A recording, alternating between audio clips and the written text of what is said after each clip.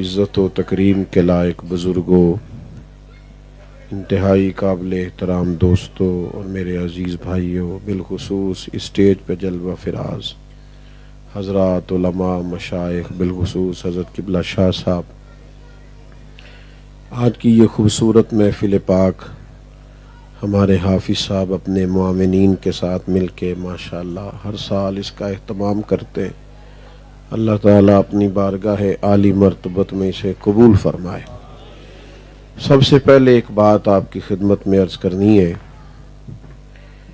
یہ نا محفل ہوتی ہے، کبھی آپ اس لفظ کو سمجھیں۔ ہمارے بزرگ کہا کرتے تھے کہ محفل پاک میں جانا ہے، محفل مبارکہ میں جانا ہے۔ ہم لوگ بڑے قابل توجہ ان جملوں کو سمجھتے تھے، بڑا سونا وضو کرتے تھے، سر پہ ٹوپی پہنتے تھے، خوشبو لگاتے تھے، بڑے احترام کے ساتھ جا کے نعت شریف پڑھنے والا بھی بڑا باادب ہوتا تھا، ہاتھ باندھ کے حضور کی ثنا خوانی کرتا تھا، دلوں پہ بڑی چیزیں نقش ہو جاتی تھی۔ کئی دنوں تک جس علاقے میں محفل ہوتی تھی اس کا اثر باقی رہتا تھا، بچوں کی زبانوں پر وہ شعر بار بار آتا تھا جو انہوں نے سنا ہوا ہوتا تھا۔ تھوڑا سا اس ادب کو واپس لائیے، موبائل آپ کے پاس ہی رہنا ہے، کہیں جانا نہیں، محفل میں آئے تو اسے چھوڑ دیں، دینی محفل کی تصویریں کم بھی بنیں گی تو گزارا چل جائے گا۔ دور بڑا بدل گیا ہے، آپ کو ضرور خدمت کرنی ہے نعت خواں کی تو اس کا بڑا اچھا طریقہ سلیقہ بھی ہے، اس طریقے سے بھی آپ وہ خدمت پیش کر سکتے ہیں۔ یہ ضروری نہیں ہے کہ 10-15 لوگ دتھیاں لے کے آگے پیچھے صرف بیٹھ جائیں اور وہ اٹھ کے کھڑے ہو جائیں تو پیچھے ایک بڑے ذوق سے بیچارہ سن رہا ہے اور رو رہا ہے، اس کو بھی پیچھا کر دیں، وہ کہ میں نے تینوں سنن دینی کیونکہ میرے کو پیسے نے، تو میں نے آگے ہی کھڑے ہونا ہے۔ تو یہ کوئی معقول طریقہ نہیں ہے، اس کے بڑے خوبصورت انداز ہیں۔ ایک دوست کو میں نے ایک دفعہ منع کیا، کسی پیسے پھینک رہا تھا، میں کہ نہ سٹ، کہندہ میرا شوق ہے، میں کہ پھر 5,000 والے سٹ، تیرا شوق 10 روپیہ والا ہی، تو کرنا شوق پورا، دتھی لیا 5,000 والی تے سٹ نعت خاں دے اتے تاکہ سرکار کے ثنا خاں کی خدمت کرتے ہم تجھے دیکھیں۔ تو کچھ چیزوں کو خوبصورت کر دیں، یہ بڑی خوبصورت محنت ہوتی ہے، ہر سال پیار سے محفل سجتی ہے، بس تھوڑا سا ساری چیزیں ٹھیک ہیں، کچھ اس کو دیکھیں، سادات کی صدارت میں پروگرام ہے، اس میں تو نور علی نور ہو جائے گی ہر چیز، لیکن اس کے رویے کو، انداز کو تھوڑا اصل میں یہ ہے کیا بھلا؟ محفل نعت، محفل نعت کہتے ہیں اس محفل کو جس میں حضور کی تعریف ہوتی ہے۔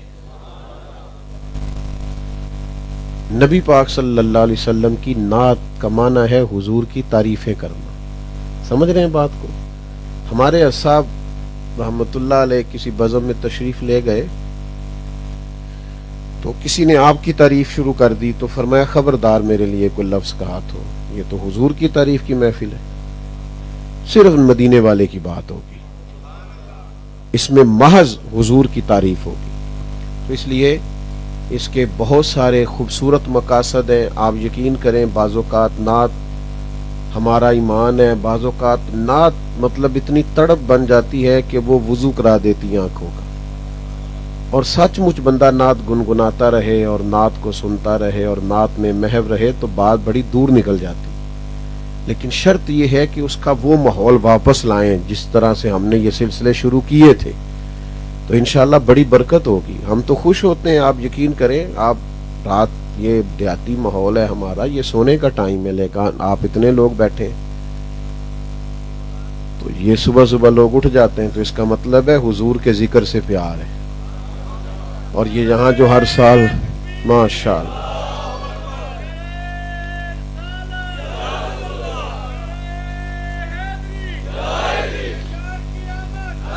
تو اس لیے چند ایک باتیں اسی تعلق سے میں نے آپ کی خدمت میں عرض کرنی ہے، آپ غور فرمائیں گے۔ چھوڑ دیں جی، یہاں نہیں موبائل چلانا، بیٹا بند کر دو، اسٹیج پہ منع ہے، آپ کو موبائل چلانا ہے تو تسی بھی سامنے آ جاؤ جتنے سارے بیٹھے، یہاں تو صرف آپ نے شامل رہنا ہے۔ اللہ آپ سب کو سلامت رکھے۔ اللہ تعالیٰ نے نا انسان کو جن چیزوں سے فضیلت عطا کی ہے نا، ان میں ایک بہت بڑی چیز زبان ہے۔ جب کوئی کسی کو جانوروں کے بارے میں توجہ دلاتا ہے تو کہتا ہے یار بے زبان ہے بیچارے، یہ لفظ قابل رحم ہے۔ بیٹھ جائیں جی، تشریف رکھیں، اللہ سلامت رکھے، سب بیٹھ جائیں محبت سے۔ زبان اللہ کی بہت بڑی عطا ہے، نعمت۔ آپ اپنا ما فی الضمیر کہہ سکتے ہیں۔ یہ نطق اللہ نے جو عطا کیا ہے، بولنے کی قوت دی ہے، یہ اللہ کا بہت بڑا احسان ہے۔ آپ کبھی تھوڑی دیر کے لیے سوچ کر دیکھیں کہ اگر ہم بول نہ سکتے تو نہ اپنا درد بتا سکتے، نہ اپنی تکلیف بتا سکتے، نہ ہم اپنا کسی کو دکھ بتا سکتے، نہ اظہار مسرت کر سکتے، نہ اظہار محبت کر سکتے، کچھ بھی نہیں تھا۔ اپنے پیارے بیٹے کو بھی نہیں کہہ سکتے کہ تو مجھے بڑا پیارا لگ رہا ہے۔ زبان کتنی بڑی نعمت، لیکن اس کا نا لوگ غلط استعمال کرتے ہیں۔ جس طرح بہت ساری نعمتوں کا غلط استعمال کرتے ہیں، اس کا بھی بعض اوقات غلط۔ ایک تو بہت بولتے ہیں، اس سے جملوں کا وزن نہیں رہتا، باتیں بے وقت ہو جاتی ہیں زیادہ باتیں کرنے سے۔ دوسرا بیکار بولتے ہیں، اس سے دل سخت ہو جاتا ہے۔ تیسرا نقصان یہ کرتے ہیں کہ زبان اللہ نے دی ہے کہ یہاں خدا کا ذکر کرو یا مدینے والے کی تعریف کرو، ہم اس سے کیا کرتے ہیں؟ اپنی سیاست چمکاتے ہیں، خوش آمدیں کرتے ہیں۔ سچ بتاؤں، جس کی لوگ چاپلوسی کر رہے ہوتے ہیں پتہ اسے بھی چل رہا ہوتا ہے کیا تو لگا ہے یہ سارے نال ہی انج، یہ ہے ہی انج دا، تو وہ سمجھ رہا ہوتا ہے کہ میں کام نکال رہا ہوں۔ آپ کسی سے پیار کریں، خالص ایک جملہ بھی اس کی تعریف میں نہ کہیں، اللہ آپ کا دل اس سے جوڑ دے گا۔ آپ کبھی اس کے لیے کوئی کلمہ آپ نہ کہیں، بس آپ پیار کریں، دل سے ادب کریں۔ کوئی جھک جانے کا نام ادب تھوڑا ہے۔ تعظیم، توقیر، آداب، ان کا تعلق تو دل سے۔ تو لوگ خوش آمدیں کرتے ہیں، تعریفیں کرتے ہیں، مجھے کیا لینے دے، مارکیٹنگ کرتے ہیں اپنے لیے، اس کو بھی مبارکباد کہہ دی، اس کو بھی مبارکباد کہہ دی۔ بڑے لوگ جو تھے نا، وہ تھوڑا بولتے تھے، جس کے لیے جو کہتے تھے وہ کوئی معنی رکھتا تھا کہ کچھ کہا ہے، جو بولتے تھے پھر اس پر وہ ٹھہرتے بھی تھے۔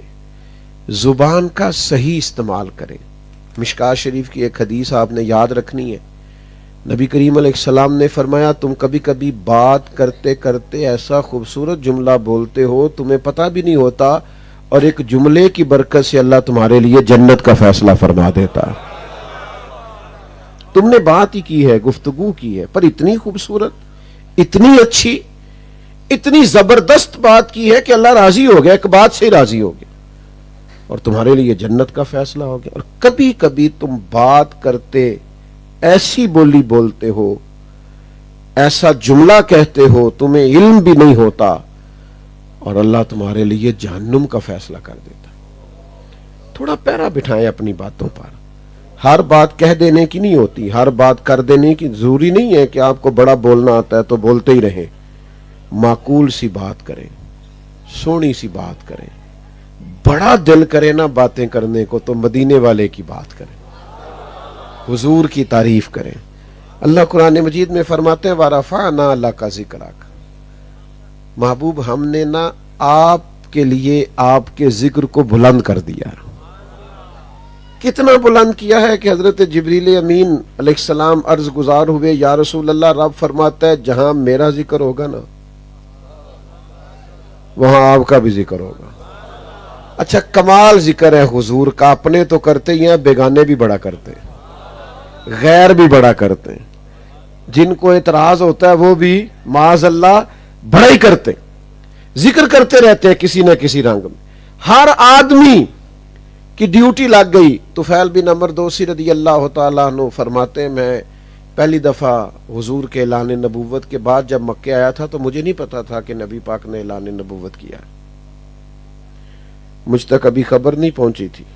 تو دیکھو اللہ کس کس سے ذکر کراتا ہے۔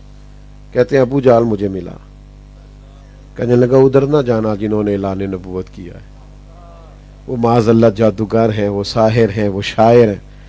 کہتا ہے وہ مجھے کہتا رہا تو میرے دل میں جذبہ پیدا ہوتا رہا کہ اب تو میں جاؤں ہی جاؤں. یعنی کہتے ہیں مجھے کسی محب نے اطلاع نہیں دی, کسی اپنے نے نہیں کہا, ابو جہل کہہ رہا ادھر نہ جانا. تو کہتے ہیں اگر تم کہتے ہو وہ شاعر ہیں تو پھر مجھ سے اچھا شاعر کوئی نہیں, اور اگر تم کہتے ہو جادو سیب کا اثر ہے تو مجھ سے زیادہ جن بھوت بھی نکالنے کسی کو نہیں آتے. کہتے ہیں میں نے کہا میں جاؤں گا اور میں ضرور جاؤں گا اور ایک بار ضرور جاؤں گا. کہتے ہیں حضور تشریف فرما تھے صحن حرم میں حاضر بارگاہ ہوا, بہت ساری میں نے باتیں کی, حضور خاموشی سے سنتے رہے. وزادار آدمی پتہ کون ہوتا ہے؟ جو سامنے والے کو پورا موقع دے. ملتے ہمیں بڑے لوگ کہنے تسی اتھوں آ کے نہ چونک چو میرے علاقے چو تے میرا چونک چو نہ پوچھیا جے بندہ مینوں جاندا ہے تے بڑا اللہ دا شکر ہے کدی کسی نے تکلیف نہیں دیتی تے بڑا نام ہے تے بڑے. بھئی اگر اتنا نام ہوتا تو آپ کو کہنا ہی نہ پڑتا تے چونک چو پوچھ لیا جے سانوں کی مصیبت بنی چونک تو پوچھ دے پھریے. بھئی اتنی تفتیش ہم کیوں کریں بلا وجہ؟ آپ بہت ساری باتیں لوگ کرتے. سیانے بندے کون ہوتے ہیں؟ سنتے ہیں اچھا یار کر لے کوئی بات. تو فیل بن عمر کہتے ہیں میں نے خوب باتیں کی, کریم سنتے رہے. پھر جب میں نے ساری کر لی تو حضور بولے, لبھائے مبارکہ کھولے. حضور بولتے اس طرح تھے کہ سیدہ عائشہ صدیقہ فرماتی ہیں اگر کوئی حضور کے جملے یا لفظ گننا چاہتا تو گن بھی سکتا تھا. ٹھہر ٹھہر کر بات کرتے تو ایسے جیسے موتیوں کی لڑی بن رہی ہے. محبوب کا انداز تکلم, یہ دیکھیے فاضل بریلوی کہتے ہیں ان کی باتوں کی لذت پہ بے حد درود اور ان کے خطبے کی ہیبت پہ لاکھوں سلام. اور جس کے گچھے سے لچھے جڑے نور کے, یہ دانتوں کا گچھا ہے حضور کے دانت مبارک, جس کے گچھے سے لچھے جڑے نور کے ان ستاروں کی نزہت پہ لاکھوں سلام. حضور بولے, فرمایا آپ نے بات کر لی؟ میں نے کہا کر لی. فرمایا میں بھی کچھ کروں؟ کہا کیجئے. تو فرماتے ہیں بس حضور نے سورہ فاتحہ ہی پڑھی اور میں نے پوچھ لیا یا رسول اللہ یہ کس کا کلام ہے؟ فرمایا اس رب کا جس کا میں رسول بن کے آیا ہوں. تو میں نے کلمہ پڑھ لیا. نبی کریم کا ذکر تو غیر. یہ ایک ہندو کا شعر ہے, کس نے ذروں کو اٹھایا اور صحرا کر دیا, کس نے قطروں کو ملایا اور دریا کر دیا, یہ کس کی حکمت نے یتیموں کو کیا در یتیم اور غلاموں کو دنیا بھر کا مولا کر دیا. یہ ہندو کا شعر ہے. ایک سکھ ہے, بہت تعریف لکھی اس نے نبی پاک علیہ السلام, بہت. تو آپ کو پتہ ہے نا بعض مسلمان بھی بعض ایسی باتیں کرتے ہیں جو بعض اوقات حکمت سے خالی ہوتی ہیں. کہنے لگا تو تعریفیں کرتا ہے حضور کی تو کلمہ کیوں نہیں پڑھتا؟ اس نے کہا توفیق آئے گی پڑھیں گے. کہا پھر تو تعریفیں کرتا جاتا ہے اور کلمہ پڑھتا نہیں؟ تو اس نے شاعر لوگ جو ہوتے ہیں وہ تو کسی وقت بھی شعر آ جاتا ہے. جب کہا تو تعریفیں کرتا ہے حضور کی کلمہ نہیں پڑھتا, تو اس نے کہا اس پر بھی شعر سن لو. کہنے لگا عشق ہو جائے کسی سے کوئی چارہ تو نہیں, عشق ہو جائے کسی سے کوئی چارہ تو نہیں, اور صرف مسلم کا محمد پہ اجارہ تو نہیں. وہ تو عالمین کے رسول ہیں.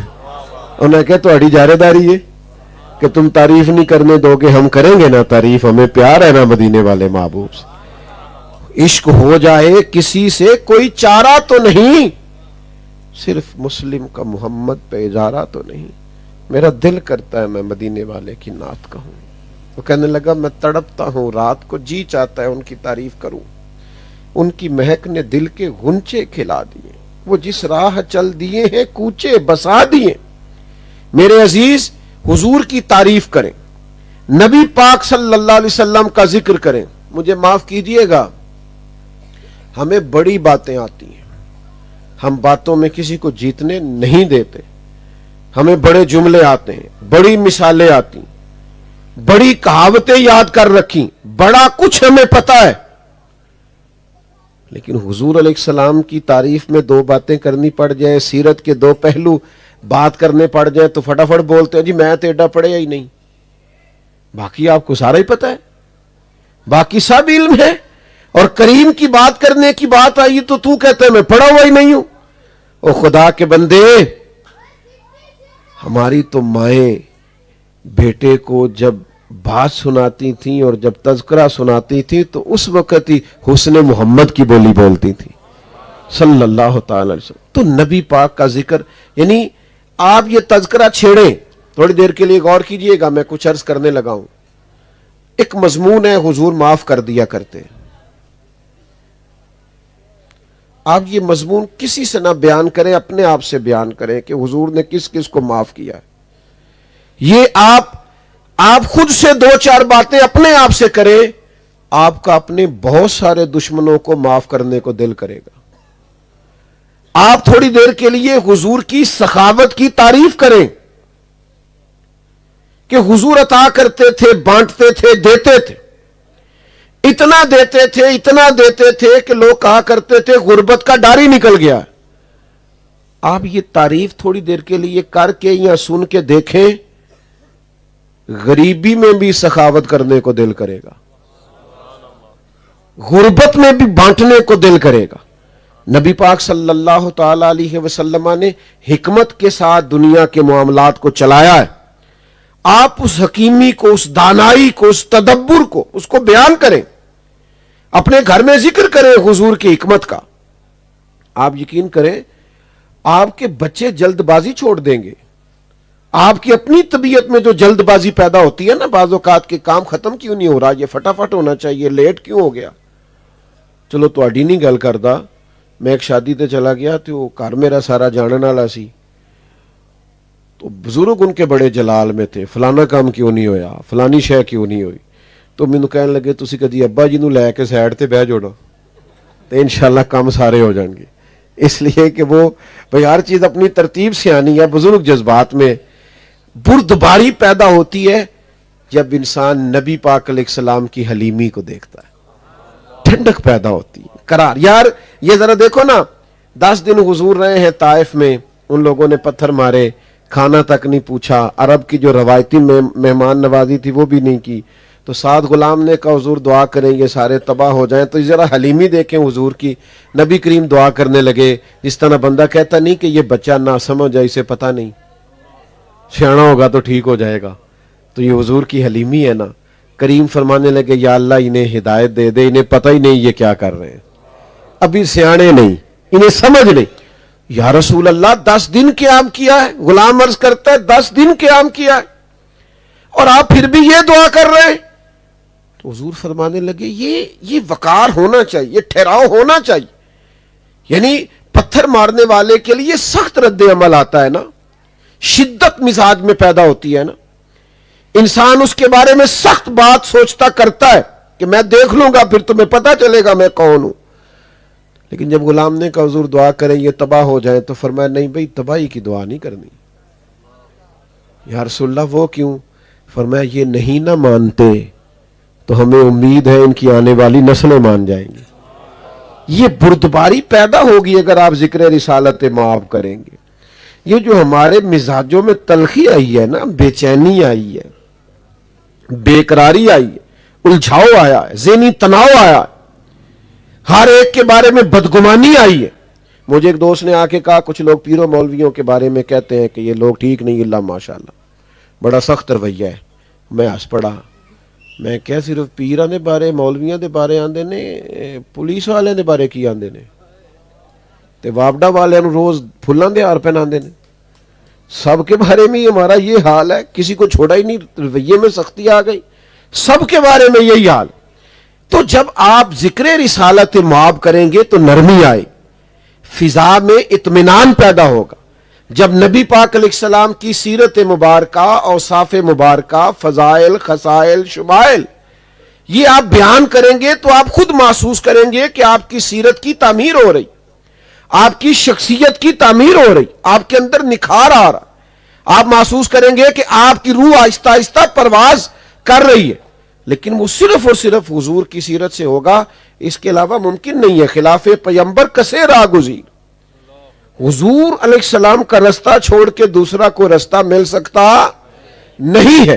تو میرے عزیز ہر موقع پر حضور کا ذکر کریں. کرتے ہیں ہم حضور کا ذکر، پر کلاں والے دن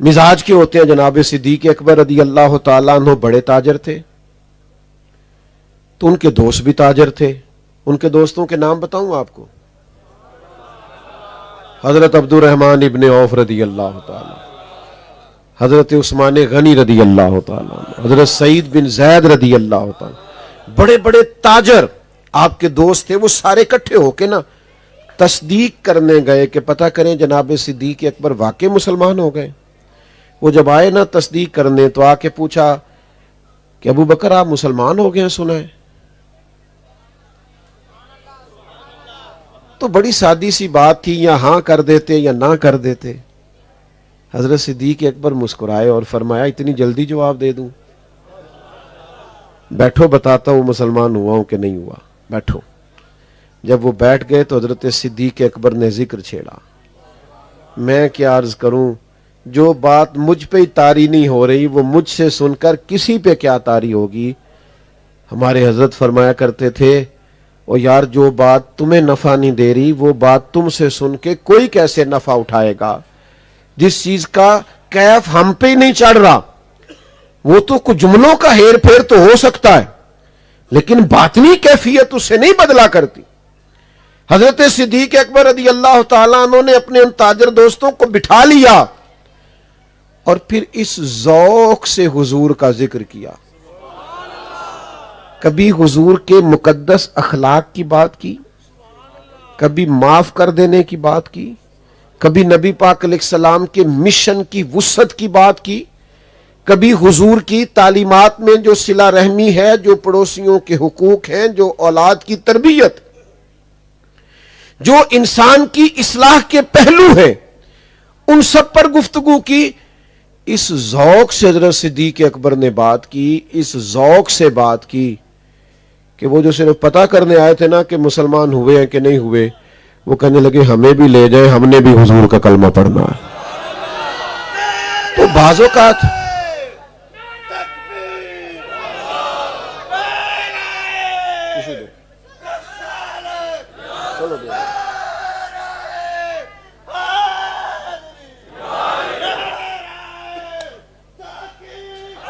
جزاک اللہ, تشریف رکھیے.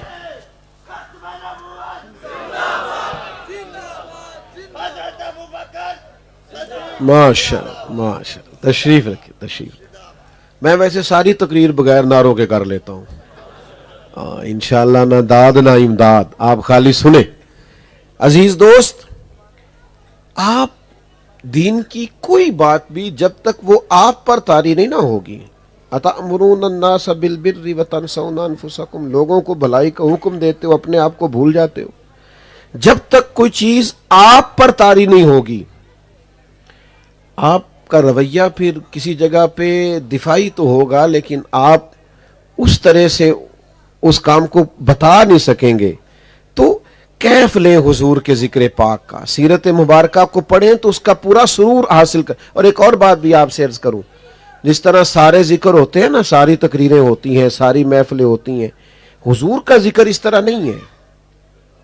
اس کی تعظیم ہے, اس کی توقیر ہے, یہ تھوڑا سا ہٹ کے ہے. اس کے لیے حکمت کی ضرورت ہے, دانائی کی. بغیر تدبر کے یہ کام نہیں کریں. کچھ لوگ کہتے ہیں جی میں سچ بولتا ہوں تو بعض لوگوں کو برا لگ جاتا ہے. سچ کبھی بھی برا نہیں ہوتا, بعض لوگوں کا لہجہ برا ہوتا ہے. دنیا میں سب سے زیادہ سچ حضور نے بولا ہے اور اتنا پیارا کر کے بولا ہے کہ روحوں تک اتر گیا ہے. تو آپ اپنے لہجے کو درست کریں. یہ کیا بات ہوئی کہ سچ کڑوا ہوتا ہے؟ سچ تو بڑا میٹھا ہوتا ہے. وہ تو بندہ رات کو بھی سوچتا ہے کہ بندہ کہہ تو ٹھیک رہا تھا, اسی وقت ضمیر کے ساتھ وہ بات ٹیلی کر جاتی ہے, ٹھیک کہہ رہا ہے. تو میرے عزیز, تھوڑا سا اس میں تعظیم, توقیر. کسی جگہ حضور نے نہیں فرمایا کہ میری کوئی حدیث تم نے لکھنی ہے تو پہلے تم نے 2 رکعت نماز نفل پڑھنی ہے. نہیں کہا سرکار نے. پہلے وضو کرنا, غسل کرنا, نیا لباس پہننا یا دھلا ہوا پہننا, حضور نے یہ تاکید نہیں کی. لیکن امام بخاری رحمت اللہ علیہ نے جب بھی حضور کی کوئی حدیث لکھی ہے پہلے 2 رکعت نماز نفل ادا کی ہے. پہلے آپ نے لباس بدلا ہے, اس کو خوشبو لگائی ہے, وضو فرمایا ہے. کیوں اس لیے کہ ذکر رسالت مآب صلی اللہ تعالی علیہ وسلم کے لیے مسلمان کو جو ذہنی طور پر، فکری طور پر، روحانی طور پر تیاری کی ضرورت، وہ تیاری کرنا چاہیے۔ ہم نے آج تقریروں کو بھی اس طرح کا بنا دیا ہے، ماحول اس طرح کا بنا دیا ہے، جیسے ابھی میں آپ کی خدمت میں گزارش کر رہا تھا کہ مذہبی اسٹیجوں اور مذہبی محفلوں میں بھی اگلی نشستیں نوٹوں والوں کی ہوتی ہیں، چونکہ ان کے ہاتھ میں پیسے ہیں، لہذا اگلی سیٹوں میں بیٹھیں گے۔ تو عزیز، جب تک آپ وہ معیار نہیں بدلتے، وہ رنگ نہیں تبدیل کرتے، اتنی دیر تک ماحول میں وہ تاثیر پیدا نہیں ہو سکتی۔ اسلام نے پابندی لگائی ہے کہ بغیر وضو کے نماز ہو سکتی نہیں ہے، اس کے اوقات رکھے ہیں، ہمیں نظم و ضبط کا پابند کیا۔ ایک شخص کہتا ہے میرا دل کر رہا ہے میں رات کو 2 بجے فجر پڑھوں، تو اس کی نہیں ہوگی، کتابم موقوتا، مقررہ وقت پہ نماز ہوگی۔ تو ذکر رسالت مآب صلی اللہ تعالی علیہ وسلم کا جو ادب ہے، اس کو ذرا سمجھیے گا، حکمت سے، دانائی سے، تدبر سے، فہم و فراست سے اس ذکر کو آگے روایت کرنے کی ضرورت ہے۔ 2 بھائی ہیں، مثال دے رہا ہوں، 2 بھائی ہیں سگے، ایک بڑا ہے ایک چھوٹا ہے، لیکن چھوٹے کی تعلیم زیادہ ہے، اس نے اچھی ڈگریاں حاصل کی ہیں، اعلیٰ معیار کی تعلیم پائی ہے، ماسٹر کیا اچھے نمبرز میں، پھر اس نے ایم فل کیا، پھر اس نے پی ایچ ڈی کر لی، پھر اس نے کچھ اور مزید رسوخ پیدا کیا، تحقیق، ریسرچ کی، آگے بڑھا، لیکن بڑے ہونے کے باوجود زیادہ پڑھ نہیں سکا، اگرچہ بڑا ہے۔ پھر چھوٹے کی تعلیم زیادہ تھی تو اس کو نوکری بھی بڑی اعلیٰ ملی، اور پھر اس کے پاس وسائل بھی زیادہ ہوئے اور گاڑی بھی اچھی ملی۔ اب دونوں بھائی ایک دن گاؤں آئے ہوئے تھے واپس، یا جہاں رہتے تھے یا ویسے کسی مقام پہ موجود تھے، تو ایک بندے نے ان سے پوچھا تم میں سے بڑا کون ہے؟ تو اس نے تعلیم پوچھی ہے کہ عمر پوچھی ہے؟ جلدی بتائیے۔ اس نے پیسے پوچھے ہیں کہ عمر؟ بھئی آپ دونوں میں سے، سادی سی بات ہے، اس نے عمر پوچھی ہے، یہ عمر ہی پوچھی جاتی ہے، اس میں نہ رتبہ پوچھا جاتا ہے، نہ عہدہ پوچھا جاتا ہے، نہ منصب اور وسائل پوچھے جاتے ہیں۔ لیکن جب بات ہو نا حضور کے ذکر پاک کی، پھر رویہ بدل جاتا ہے۔ ویسے 2 بھائیوں سے پوچھا جائے بڑا کون ہے تو وہ عمر ہی پوچھی ہے، تو وہ چھوٹا بھی کہے گا جی یہی بڑے ہیں جی، اور ہر آدمی کہے گا جی یہ بڑا ہے یہ چھوٹا ہے۔ بالکل سادی سی بات ہے، کوئی مذائقہ نہیں، اور کہنا بھی ایسے چاہیے، درست بھی یہی ہے۔ لیکن جب حضور کے ذکر کی بات آئے گی تو انداز ذرا بدلے گا۔ حضرت عباس رضی اللہ تعالیٰ عنہ نبی پاک صلی اللہ علیہ وسلم کے چچا ہیں، ان سے کسی نے پوچھ لیا آپ بڑے ہیں کہ حضور؟ تو جو پوچھ رہا ہے نا وہ بھی جانتا ہے کہ نبی پاک امام الانبیاء ہیں، وہ جانتا ہے سید الرسل ہیں، وہ جانتا ہے تاجدار انبیاء ہیں علیہ السلام۔ اس نے پوچھا آپ بڑے ہیں کہ حضور؟ لیکن یہ ہے ذکر رسالت مآب کا طریقہ۔ حضرت عباس پہلے رکے، پھر خاموش ہوئے، مجھے لگتا ہے جملے تلاش رہے تھے، فکرے ڈھونڈ رہے تھے حضور کی بات کرنے کے لیے، ادب والے فکرے۔ کچھ دیر خاموش ہوئے، پھر بولے، فرمانے لگے کیا پوچھا؟ جی میں نے پوچھا تھا آپ بڑے ہیں کہ حضور؟ فرمانے لگے بڑے تو حضور ہی ہیں، پیدا پہلے میں ہوا تھا۔ وہی بڑے ہیں، وہی بڑے ہیں، پیدا پہلے۔ یہ ہے حضور کا ذکر کرنے کا طریقہ۔ ہمارے ہاں نا جب سے سٹائل بدلا ہے نا، اللہ خیر کرے، تو وہ کچھ چیزیں ایسی ہیں جو دائرہ ادب سے تھوڑی سی ٹکراتی نظر آتی ہیں۔ کچھ ذوق ہو، کچھ شوق ہو، حضور کا ذکر پاک کرنے کی کچھ لذت ہو، بس بات کو سمیٹنے لگا ہوں۔ یہ جب ترکیوں کا دور تھا نا حجاز مقدس پر خدمت کا، اس وقت وہ خدمت پر مامور تھے، تو پرانی تصاویر آپ دیکھیں گنبد خضرا شریف کی، تو سامنے کھجور کے 2 درخت ہیں۔ تو اس زمانے میں، آج بھی خیر جو لوگ کچھ صاحب قلم ہیں یا کچھ شعری ذوق رکھتے ہیں، عربی کا، فارسی کا، اردو کا، تو وہ وہاں رات کو جب بیٹھتے ہیں تو کچھ محفلیں جمتی ہیں، اپنا اپنا ذوق ہوتا ہے، تو کچھ لوگ اس پر بھی کچھ لطف اندوز ہوتے ہیں۔ تو اس زمانے میں رات کو مختلف زبانوں میں لوگ بیٹھتے تھے اور حضور کے لیے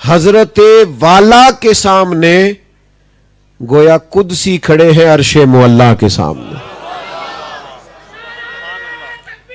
تو عزیز